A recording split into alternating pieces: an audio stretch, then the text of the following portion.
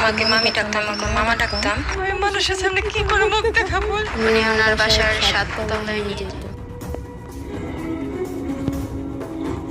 ওনার বয়স তো 50-এর কাছাকাছি। এই মিথ্যাটার আশ্রয় কেন নিচ্ছেন? মুনাফিকরা অনেক কিছু লোক ইসলামের পোশাক ব্যবহার করে অপকর্ম করবে, এতে করে ইসলামের বদনাম হবে।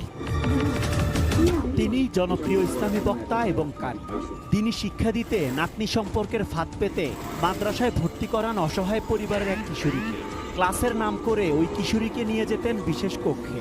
অভিযোগ আছে প্রায় 6 মাস যাবৎ 50 বছর বয়সী এই ইসলামী বক্তা ধর্ষণ করেন ফুটপাতে চাল বিক্রি করে সংসার চালানো এক অসহায় বাবার মেয়েকে। উনি ওনার ছেলে 2.5 বছরের ছেলে আছে ওমর, তার কথা বলে আমাকে নিয়ে গেছিল বাসায়। আমি তারপরে যাই দেখি কেউ নাই বাসায়। আমার জোর জবরদস্তি করে আমাকে এই মাদ্রাসায় আপনাকে ভর্তি করিয়েছে কে? উনি ভর্তি করছে। আমরা জানতে পারলাম মাঝে